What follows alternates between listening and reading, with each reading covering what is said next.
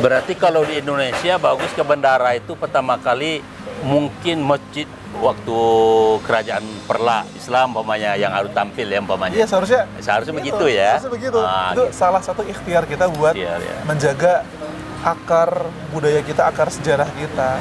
Kalau bukan kita yang menulis sendiri sejarah kita, ini quote sangat menarik, maka akan ditulis oleh orang lain. Ya. Kita tunduk dengan hasil tulisan dikte itu ya.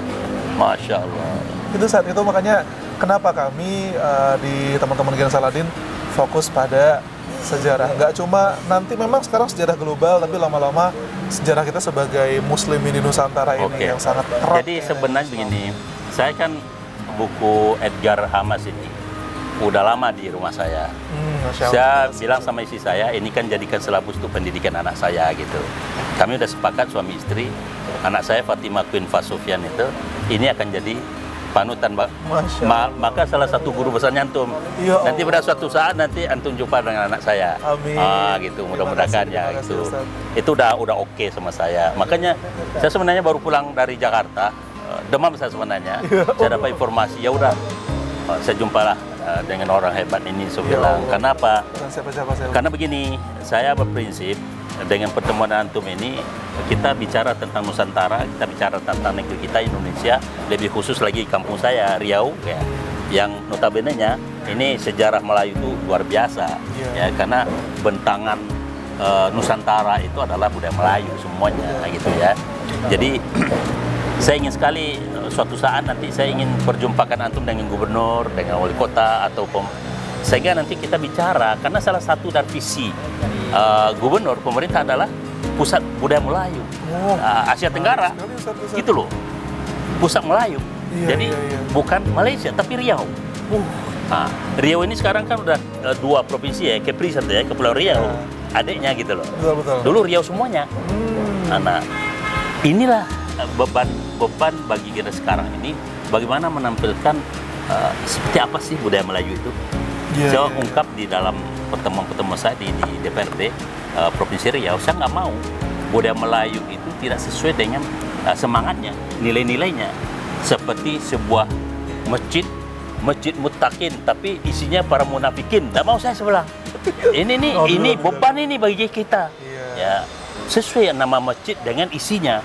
Nah, itu juga saya nggak mau budaya Melayu itu diseleweng oleh orang lain, karena luar biasa identik dengan nilai-nilai Islam. Nah, maka pandangan antum bagaimana cara kita anak-anak muda ini bisa bangga dengan budayanya ya. Kemudian juga kita ingat bahwa Sumpah Pemuda kita menyatakan bangsa persatuan nasional itu bahasa Indonesia, yaitu bahasa Melayu. Tentu kan mempunyai alasan para pemimpin-pemimpin kita secara seluruh Republik Indonesia kan dengan Sumpah Pemudanya gitu. Kira-kira pandangan itu gimana? Orang Riau seharusnya sangat bangga. Nah, tapi saya kalau saya sekarang saya pengen fokus ke perubahan aman ya. Oke. Gak apa-apa ada nih. Langsung. Gabung. Gimana? Caranya ke anak muda itu ya memang perlu pendekatan visual grafis yang menarik, Ustaz. Tidak bisa tidak. Ya. La Buddha. La Buddha ya. Arab, La Buddha minhu ya. La Buddha minhu. 6. Ma la yatimul wajib. Ila wajib. 6. Ini wajib. Anak muda itu ya memang sebagaimana kata Ustaz tadi di awal, suka TikTok. Oke, why not? Ya, why not? Enggak apa-apa. TikTok itu seperti pisau ya, apapun itu seperti pisau. Siap. Kalau memang nggak diisi dengan kebenaran, sebagaimana kata Imam Syafi'i, diisi dengan keburukan. Qadarullah ini yang mengawali sesuatu yang memang agak enak dipandang mata, nggak enak dirasa hati.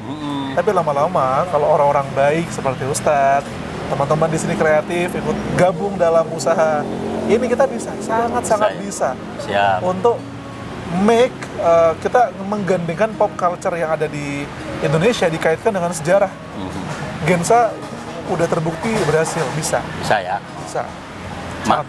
Kalau ada orang bilang sejarah itu masa lampau, kenangan, pas, nggak memorial aja, enggak.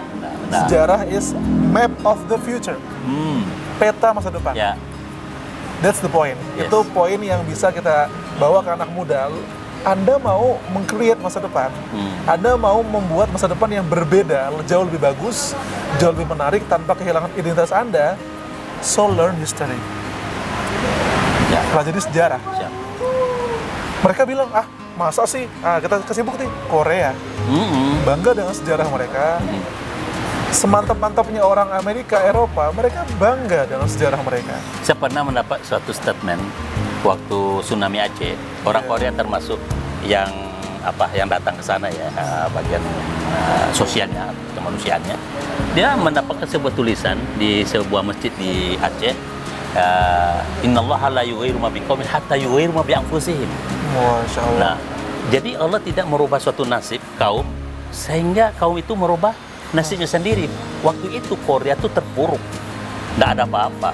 Dia bawa ke negerinya, dipakainya ungkapan Quran itu, perubahan untuk Korea terjadilah loncatan hebat sekali. Ini satu di antara ayat Al-Quran yang tertulis di dinding masjid. Coba tengok tuh. Akhirnya menjadilah Korea sekarang ini. Satu ayat saja. Satu ayat. Menginspirasi negara buat Padahal itu adalah nilai-nilai Melayu itu. Nilai-nilai Melayu. Melayu adalah Islam, ya. Bisa dibilang, Ustaz? Ya. Melayu bagi Islam di Nusantara itu seperti Turki bagi Islam di Eropa. Ada quote dari Muhammad Al-Fatih. Ya. Orang Islam itu ya orang Turki. Ya, sana ya. Orang Islam itu ya orang Turki. Kalau Anda ini ingin tahu Islam, lihat Turki. Ya. Turki itu representasi Islam di sekup yang luas. Ya. Menurut saya pribadi ya, opini saya, ya. Yang menjadi representasi Islam sebagaimana Turki bagi Eropa dan Afrika gitu. Maka Melayu adalah sebagai Turki bagi Nusantara ini, representasi Islam bagi Nusantara. Ya. Kita akan coba pasti. Caranya pasti ada tim kreatif, ada video. Videonya nggak usah banyak-banyak, semenit, 2 menit. Ya. Kemudian banyak kuis, kita buat buku-buku bergambar juga, komik, why not? Yes. Berarti nanti quote antum ini bisa saya pakai lah ya untuk membuat semacam video pendek gitu. Ini sebagai acuannya lah.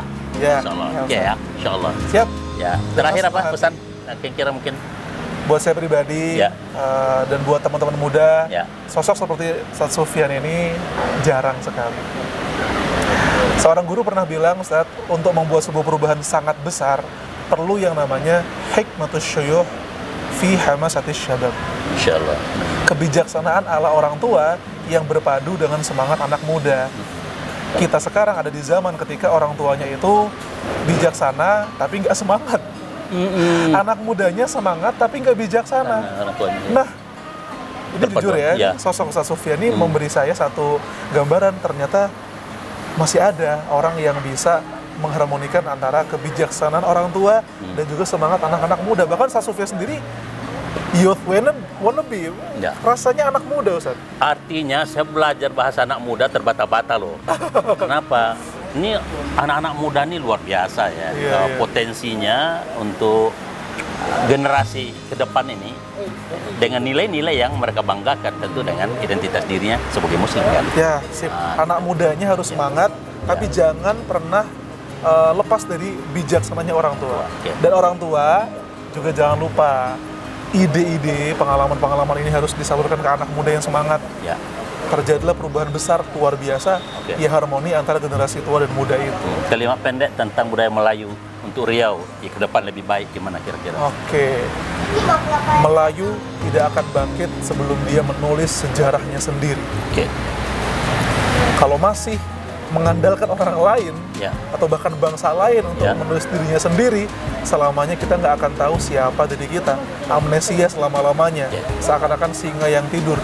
Kapan bangunnya singa? Masa baru mau jadi kambing? Luar biasa. Ini Ustadz Edgar Hamas, anak muda ya. Umur berapa sekarang?